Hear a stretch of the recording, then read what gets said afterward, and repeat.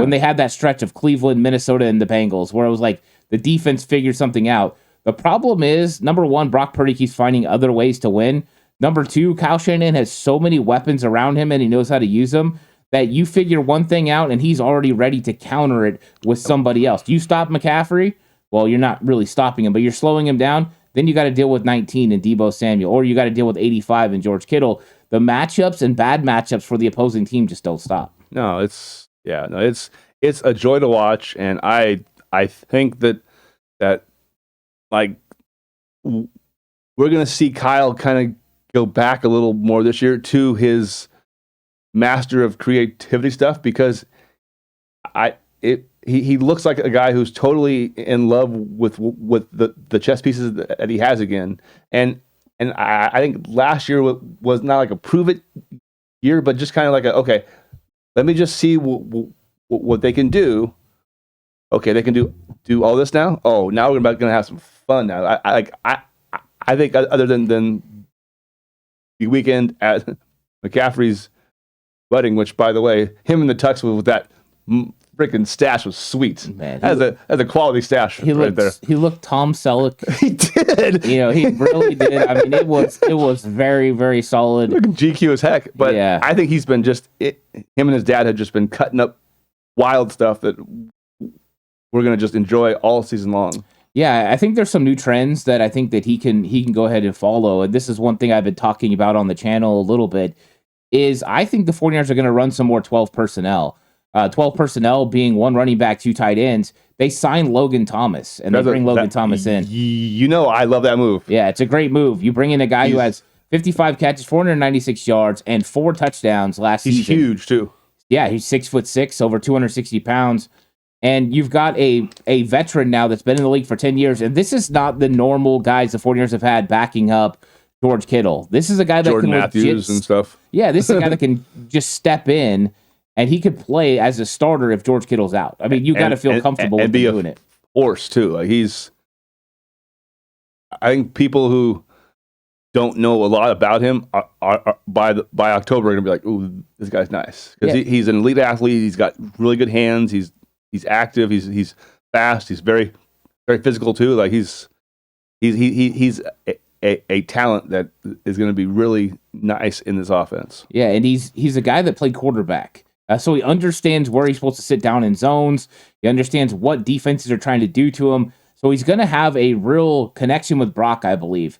And I thought that this was such a great move because now you can run more 12 personnel, and the way that you could do that kind of changes the way people are running personnel groupings, because teams have gotten used to the 49ers running 21 with Kyle Juszczyk on the field, the 2 running backs, and so they have a certain personnel that can run their base. What do you do with a Logan Thomas? If you stay in your base to stop the run, now all of a sudden you've got linebacker covering Kittle or Logan Thomas.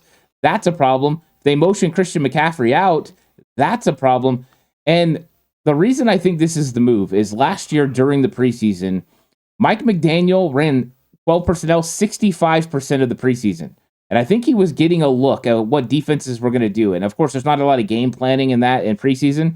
But what else did we just find out? That during the offseason, the Rams were trying to trade up to get Brock Bowers to go to tight ends. I think this is the trend for McDaniel. It's probably the trend for Kyle Shanahan and Sean McVay. And the Vikings, too. And they see what's going on, right? They see the writing on the wall that this is one thing that defenses are going to struggle with. And I think the 49ers could go with it because it adds an extra gap when it comes to blocking the run game. And I think they finally have a guy that can win, not just George Kittle at tight end. All joking aside, because what happened was very sad, but the last team that we saw really do 12 really well was New England. And like I said, I'm not going to go for a cheesy punchline here.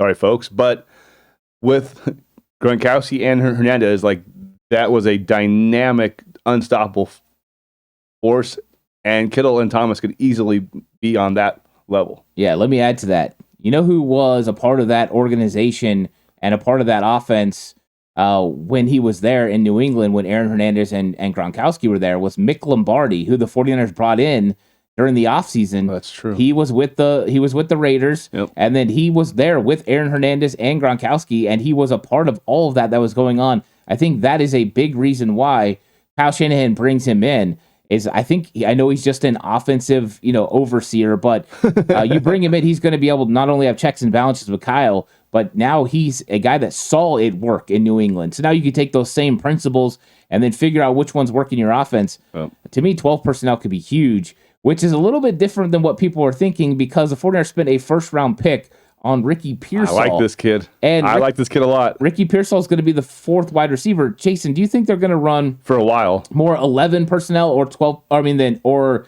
even 10 personnel than they've ran ever before? Oh, 100%, 100%. Because when you have Debo and Juwan and BA, your blocking is going to be fine anyway. But to add that fourth receiver who can really make the defense have to react and get nervous. We're going to see four wide a lot, and that's going to be fun to watch because with all that stuff, then you leak out McCaffrey and he's got tons of room to make a guy miss and look out too. So once again, he has a quarterback that he trusts now, so that stuff can happen too. Yeah, I think it's something that's a little bit different than what Kyle Shanahan has done before. And if you've got defenses, especially defenses within your division, preparing for you one particular way, they're preparing to stop your 21 personnel with you running the football with Kyle Juszczyk, and all of a sudden you can catch them in maybe personnel groupings where they haven't built their team out as good and get them into that situation. It could be a lot like when the 49ers from 1988 to 1999 or 1989 went from going from what Bill Walsh was doing to to Mike Holmgren was doing, which went four wide a lot of the time and letting Joe Montana cook a little bit.